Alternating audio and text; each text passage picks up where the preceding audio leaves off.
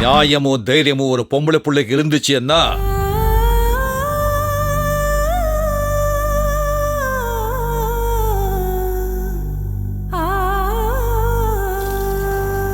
அந்த சாமி இறங்கி வந்து அவளுக்கு துணையா நிற்கும்.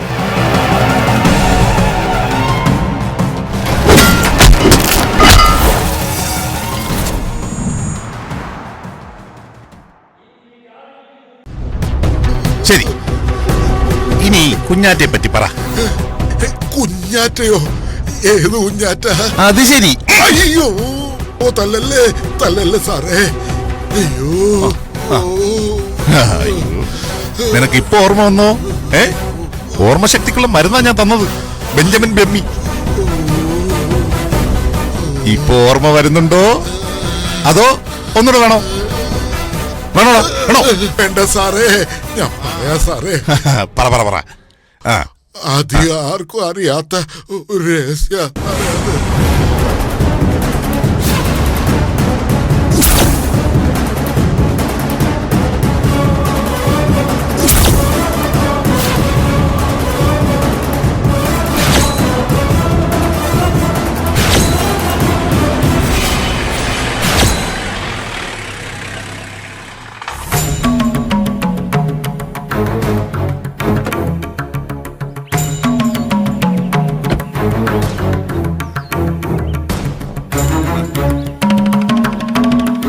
സമൽ, ബെഞ്ചമിൻ സർ, ഏഞ്ചൽ മോള് സേഫ് ആണല്ലോ അല്ലേ? ആ, നന്നായിരിക്കുന്നു സർ. സോഫി ഇവിടെ ഉണ്ട് സർ. ആ, ഒന്ന് വിളിക്കണം. ചേച്ചി വിളിക്കേ. അതെ, ഏഞ്ചൽ മോളെ കൂടി ഒന്ന് വിളിക്കണേ. എന്താ സർ? സാമുൽ, ഏഞ്ചൽ മോൾ ചെയ്തതിനെല്ലാം ഒരു അർത്ഥം ഉണ്ടായിരുന്നു. മാതാവ് ഏൽപ്പിച്ച ദൗത്യങ്ങൾക്ക് പിന്നാലെയായിരുന്നു അവളുടെ സഞ്ചാരം. പക്ഷേ വലിയൊരു കടങ്കഥയ്ക്ക് മാത്രം ഉത്തരം കിട്ടിയിരുന്നില്ല. ജോൺസണും ആനിക്കും ഒപ്പം പോകാതെ ഏഞ്ചൽ എന്തുകൊണ്ട് സോഫിക്കൊപ്പം കഴിയുന്നുവെന്ന് അതിനും ഇപ്പൊ ഉത്തരവായി.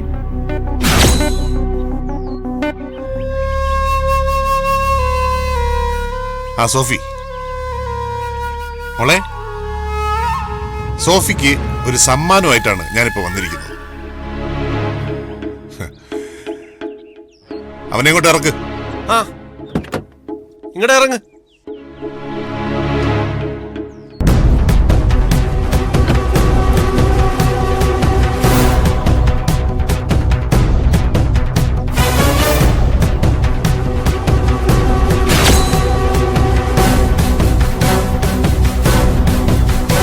സോഫിക്ക് ഓർമ്മയുണ്ടോ അവനെ? ഇങ്ങോട്ട് കൊണ്ടുപോടോ അവനെ. ഇങ്ങോട്ട് വാടാ. വാ.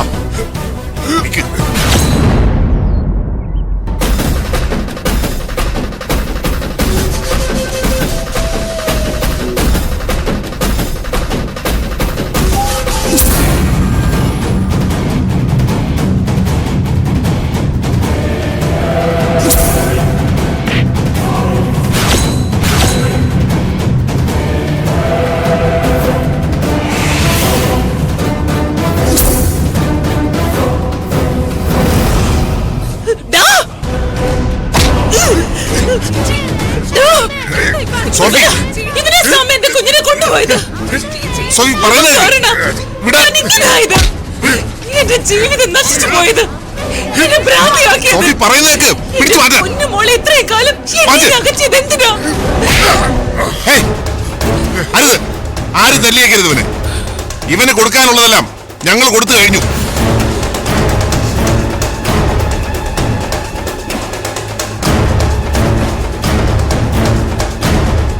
ഇനിയൊരു കുട്ടിയെ പോയിട്ട് ഒരു പൂച്ചക്കുഞ്ഞിനെ പോലും തട്ടിക്കൊണ്ടു പോകാനുള്ള അവസ്ഥയിലല്ല അവൻ.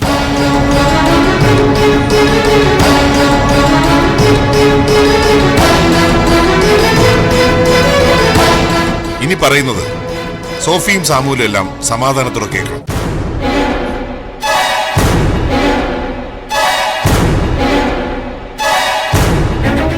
ഏഞ്ചൽ മോള് തെളിച്ചു കാട്ടിയ വഴിയിലൂടെ തട്ടിയെടുക്കപ്പെട്ട നിരവധി കുട്ടികളെ രക്ഷിക്കാനായി. പക്ഷേ കുഞ്ഞാറ്റയുടെ കാര്യം മാത്രം ഇവൻ അപ്പോഴും പറഞ്ഞിരുന്നില്ല. അത് ഇവന്റെ നാവിന്ന് ചോർത്തിയെടുക്കാൻ അല്പം പണിപ്പെടേണ്ടി വന്നു.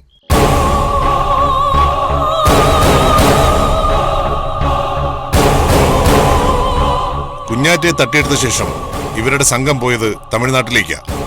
അവിടെ അവൾക്ക് യാതൊരു ബുദ്ധിമുട്ടും ഉണ്ടായിട്ടില്ല. സംഘത്തിന്റെ ഓമനയായിട്ടാ അവൾ വളർന്നത്.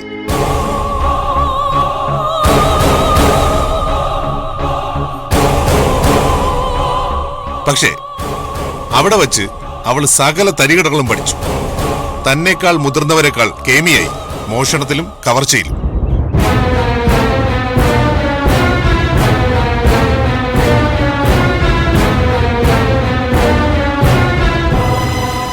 സാർ ആരുടെ കാര്യം പറയുന്നത്? സോഫി പ്രസവിച്ച കുഞ്ഞാറ്റയുടെ. അത് അത് ഇവളല്ലേ? I am sorry Sophie. Sophie പ്രസവിച്ച കുഞ്ഞ് ഇതല്ല. പിന്നെ അതാരാന്ന് ഞാനല്ല, അവളെ തട്ടിക്കൊണ്ടുപോയെന്ന് തന്നെ പറയട്ടെ.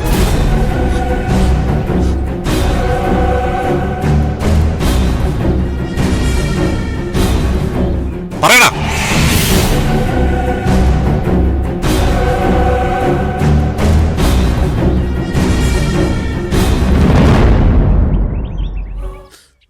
താമര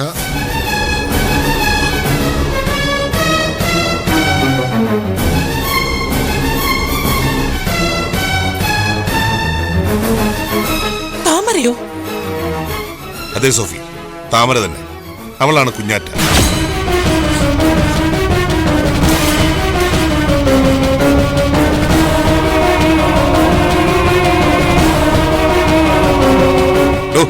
കൊണ്ടുപോക്കോ.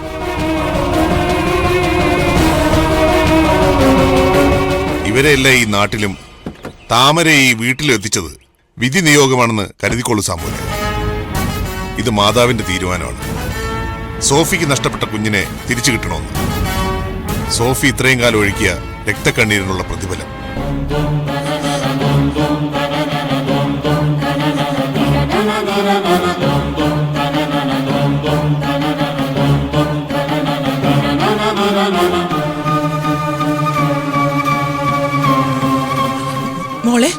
മോളിതൊന്നും വിശ്വസിക്കണ്ട കേട്ടോ.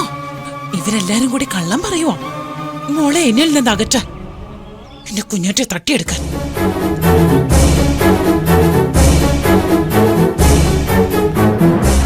മോള് വാ. സോഫി, ഞാൻ പറയുന്നൊന്ന് കേക്ക്. കള്ളം പറയണ്ട. എന്റെ അടുത്ത് ആരും കള്ളം പറയണ്ട. എനിക്ക് എന്റെ കുഞ്ഞാറ്റെ കണ്ട തിരിച്ചറിയാം. പോലീസ് ആയാലും പട്ടാളായാലും ഈ കഥയും പറഞ്ഞോണ്ട് ഇനി പടി ചവിട്ടിയേക്കണ്ട. സോഫി പറയുന്നത് സോഫി, ചേച്ചി, സോഫി.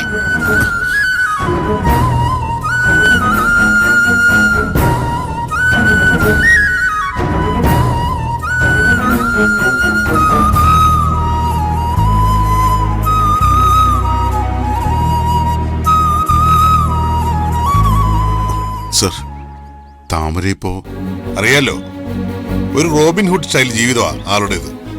എവിടെ മുങ്ങുമെന്നും എവിടെ പൊങ്ങുമെന്നും പറയാൻ പറ്റത്തില്ല. പക്ഷേ കണ്ടുപിടിച്ചല്ലേ പറ്റൂ.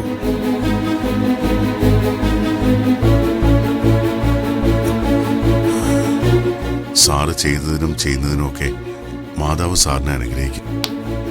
പക്ഷേ മുന്നോട്ട് നോക്കുമ്പോൾ ആകെ ഒരു ഇരുട്ട. എങ്ങോട്ട് തിരിയണമെന്നറിയില്ല.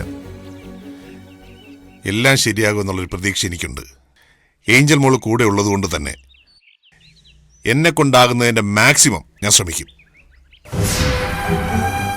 സോഫി ചേച്ചി പറഞ്ഞൊന്നും മനസ്സിൽ വെക്കരുത്. ഏയ്, ഞാനത് വിട്ടു. അപ്പോ ഞാൻ ഇറങ്ങട്ടെ. ഇവനെ കൊണ്ട് കുറച്ചു പണികൾ കൂടി ബാക്കിയുണ്ട്. ശരി.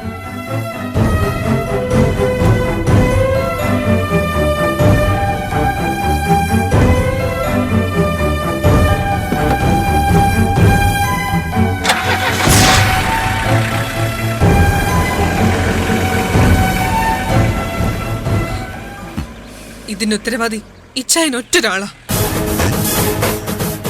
കുഞ്ഞാറ്റയുടെ സ്ഥാനത്ത് മറ്റൊരു കുട്ടി ഉണ്ടായിരുന്നില്ലെങ്കിൽ സോഫി ചേച്ചി ഇപ്പൊ താമരെ 2 കൈ നീട്ടി സ്വീകരിച്ചേനെ ഇച്ഛായ.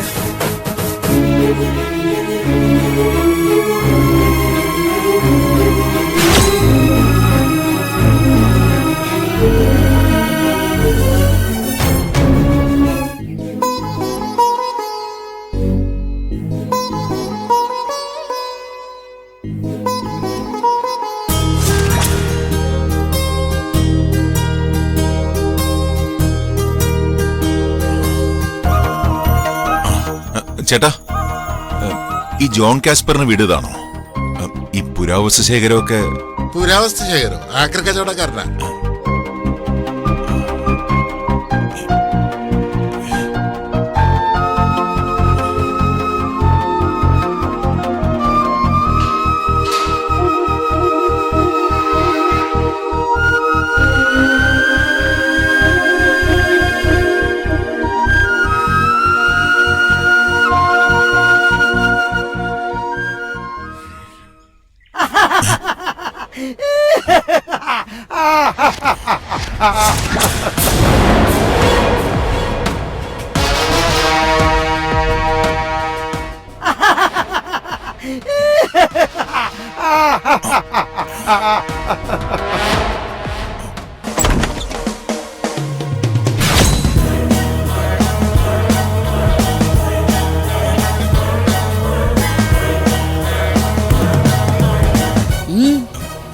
അല്ല, ജോൺ കാസ്പർ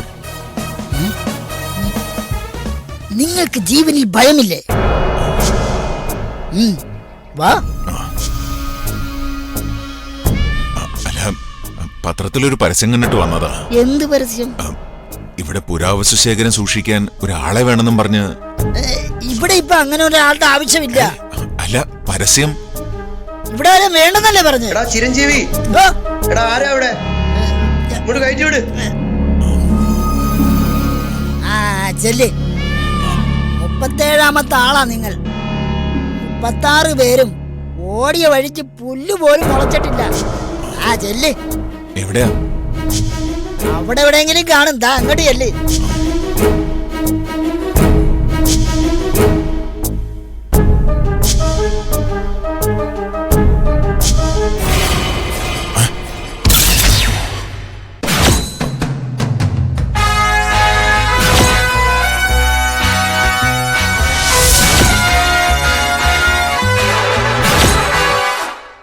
സർ, ജോൺ കാസ്പറിന്റെ സാമ്രാജ്യത്തിലേക്ക് സ്വാഗതം.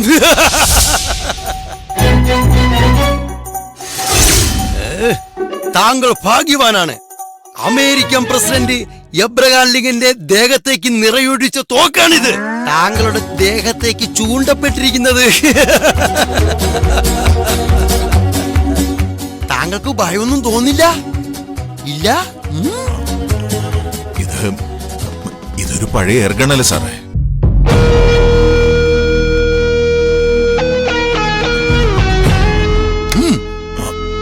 എന്താ ഈയുടെ പേര്?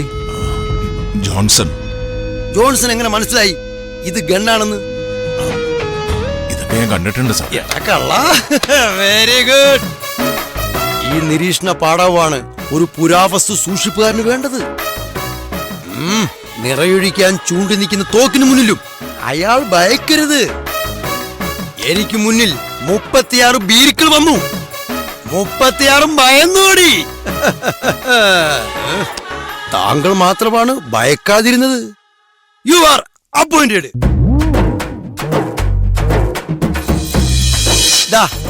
Appointment order. പിടിക്കേ. ഇതെന്താണ് സാർ? ജോൺ കാസ്പറിന്റെ രഹസ്യങ്ങളിലേക്കുള്ള താക്കോൽ. താങ്കൾക്കറിയാമോ ലോകത്തിലെ ഏറ്റവും വലിയ അപകടം പിടിച്ച ജോലി ഏതാണെന്ന്? അറിയില്ല സാർ. താങ്കൾ ചെയ്യാൻ പോണ ജോലിയാണ് പുരാവസ്തു സൂക്ഷിപ്പുകാരൻ്റെത്. ശതകോടികളുടെ മുതലിനാണ് അയാൾ കാവൽ നിൽക്കുന്നത്. ഏത് നിമിഷവും ഒരാക്രമമോ ഒരു മോഷണശ്രമോ ഉണ്ടായേക്കാം. വെടിയുണ്ടകളും ബോംബുകളുടെ ഇടയിലൂടെയും ചിലപ്പോൾ സഞ്ചരിക്കേണ്ടി വന്നേക്കാം. ഒരു ഭ്രാന്തനെ പോലെ. താങ്കൾക്ക് കാണണ്ടേ? താങ്കൾ കാവൽ നിൽക്കുന്ന നിധിശേഖരം എന്റെ കൈ പിടിച്ച് വരൂ. കമോൺ.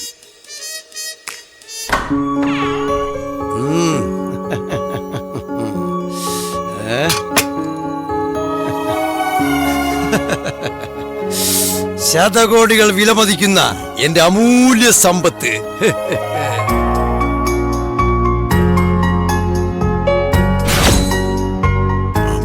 ഇതൊക്കെ ആക്രി സാധനമാണെന്ന് ചരിത്രബോധമില്ലാത്ത അസൂയാലികൾ പറഞ്ഞേക്കാം. ബട്ട് യേശു മുതൽ ശ്രീബുദ്ധൻ വരെയുള്ളവരുടെ ഹസ്തരേഖകൾ ഇതിൽ പതിഞ്ഞിട്ടുണ്ട്. സത്യം. ഉദാഹരണമായി ഇത് ഹനുമാന്റെ. നിന്നോട് ആരാടാ ഇതിനകത്ത് കേറാൻ പറഞ്ഞു? ഈ അണ്ണനെ വട്ടി പിടിച്ചേ. ഇവനെ ഇന്ന് ഞാൻ അല്ല പിന്നെ. അയ്യോ സോറി ദലൈലാമ. ദലൈലാമ അഞ്ചാമന് ഉപയോഗിച്ച ഊന്നുവടിയാണിത്. അല്ല ആരാത്? അത് ചിരഞ്ജീവി, ഇവിടുത്തെ പണി അറിയാത്തൊരു പണിക്കാരൻ. വാസ്തവത്തിൽ അവനെ പറഞ്ഞുവിടാൻ വേണ്ടി കൂടിയാണ് നിങ്ങൾ ഞാനിവിടെ പണിക്ക് വെച്ചിരിക്കുന്നത്. അയ്യോ സാർ, അത് വേണ്ട സാർ. മറ്റൊരാളുടെ ജോലി കളഞ്ഞിട്ട്. താങ്കൾ ഇവിടെ പണിക്ക് നിന്നില്ലേലും അവനെ ഞാൻ ഇവിടെ നിന്ന് പറഞ്ഞുവിടും. കാരണം അവന് ചരിത്രബോധമില്ല. ഈ നിധി കാക്കുന്നതിൽ അവൻ ഒരു താല്പര്യവും ഇല്ല. എന്റെ ഈ അമൂല്യ ശേഖരം ലക്ഷ്യമിട്ട് ചിലർ ഈ വീടിന് ചുറ്റും വട്ടമിട്ട് കറങ്ങുന്നുണ്ട്.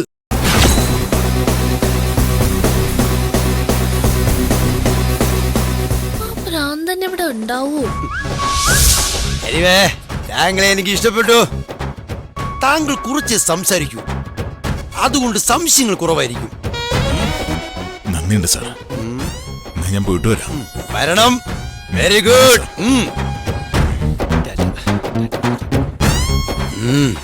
നല്ല പയ്യൻ.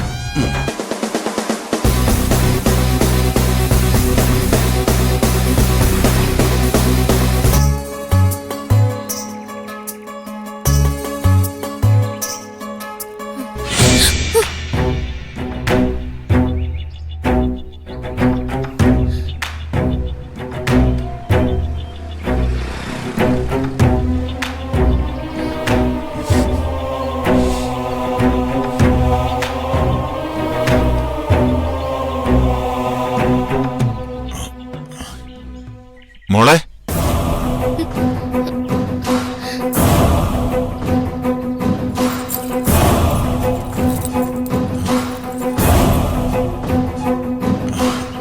ഇത് മോളുടെ ആണോ അത്?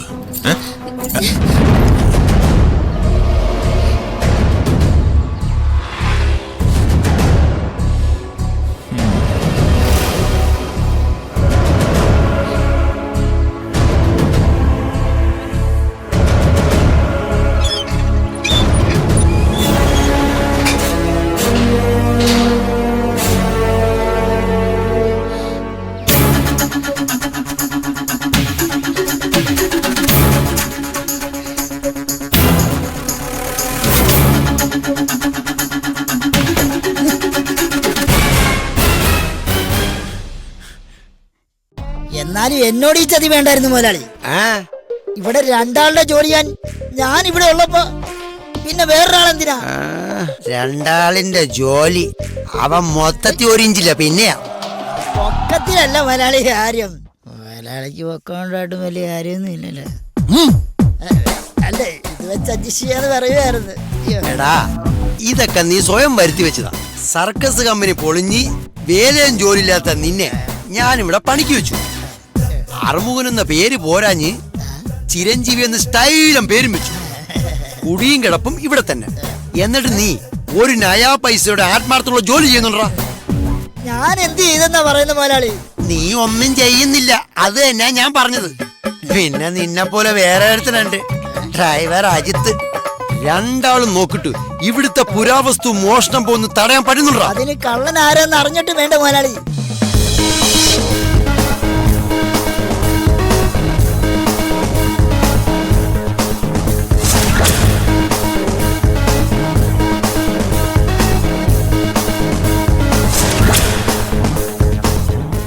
ഓ പിന്നെ കള്ളൻ നെറ്റി സ്റ്റിക്കർ ഒട്ടിച്ച് നിന്റെ മുന്നിൽ വന്ന് നിന്ന് തരും. ഇതാ എന്നെ പിടിച്ചോന്ന് പറഞ്ഞോണ്ട് അപ്പൊ അങ്ങ് പിടിച്ചാ മതി.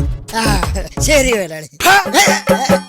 നിന്റെ ഈ ശരീരത്ത് ബുദ്ധികൂടി ഇല്ലാതെ പോയല്ലോടാ. പിന്നെ മുതലാളിക്ക് ശരീരം നിറച്ച് ബുദ്ധിയാണോ? എടാ, ഞാൻ മനസ്സ് വെക്കാഞ്ഞിട്ടാ. വെച്ചാ മിനിറ്റുകൾക്കകം കള്ളനെ പിടിച്ചിരിക്കും. എന്നാ വെക്കണം മുതലാളി. വെക്കൂടാ, വെക്കും. എന്റെ എത്ര കോടി രൂപയുടെ സാധനങ്ങൾ ആ കള്ളം കൊണ്ടുപോയിരിക്കുന്ന അറിയാവാ? യൂദാസിന്റെ വെള്ളിക്കാശ്, കുചേലിന്റെ അവിൽപാത്രം, അയ്യപ്പന്റെ പുലിത്തോലി. ഇനി കൈയും കെട്ടി നോക്കിയിരിക്കാൻ എന്നെ കൊണ്ട് പറ്റത്തില്ല. ഞാൻ കാണിച്ചു മുതലാളി. ഒന്ന് കിടക്കണോടാ, വല്ലാത്ത വാതിലും ജനലും എല്ലാം പൂട്ടിയിട്ടിട്ടും ആ കള്ളൻ ഏത് വഴി വരുന്നെന്നാ പറയുന്നത്. ഇതെന്താ മായാവിയോ?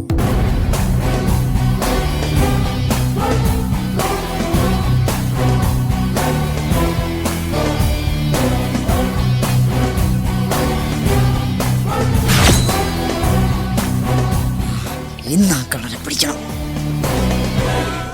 എന്നാൽ ആ ഭ്രാന്തന്റെ വെല്ലുവിളി സ്വീകരിച്ചിട്ട് തന്നെ കാര്യം. അയാൾ എന്നെ പിടിക്കുന്നൊന്ന് കാണട്ടെ. അയാളുടെ കൺമുന്നീന്ന് ഞാൻ അടിച്ചു മാറ്റി കാണിച്ചു തരാം സാധനങ്ങള്.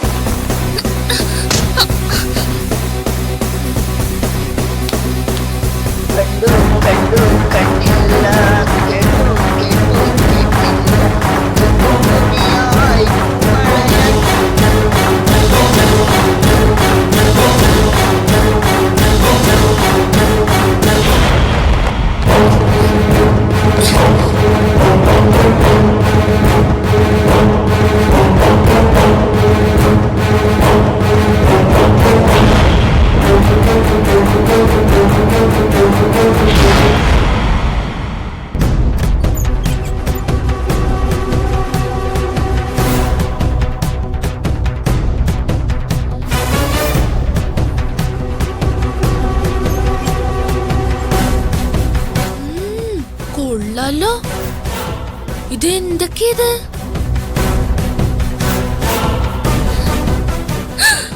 ഹായ്, ഇതെനിക്ക് നല്ല ഭംഗി.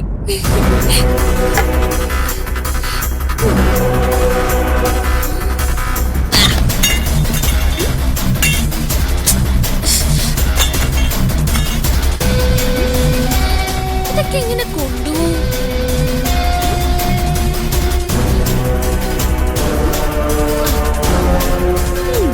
ഇതിലെ കെട്ടിക്കൊണ്ടു പോ.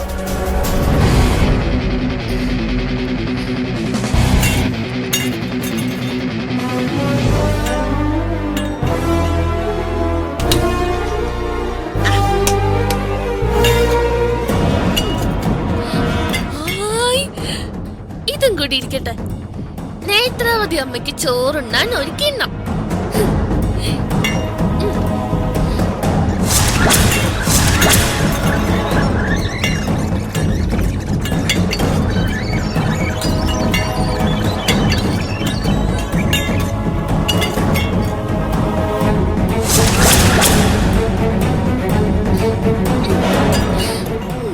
ചേച്ചി പിന്നെ വരാട്ടോ. എല്ലാരെയും കൊണ്ടുപോകുന്നുണ്ട്. തിരക്കടിക്കാതെ ഇവിടെ ഇരുന്നാ മാത്രം മതി.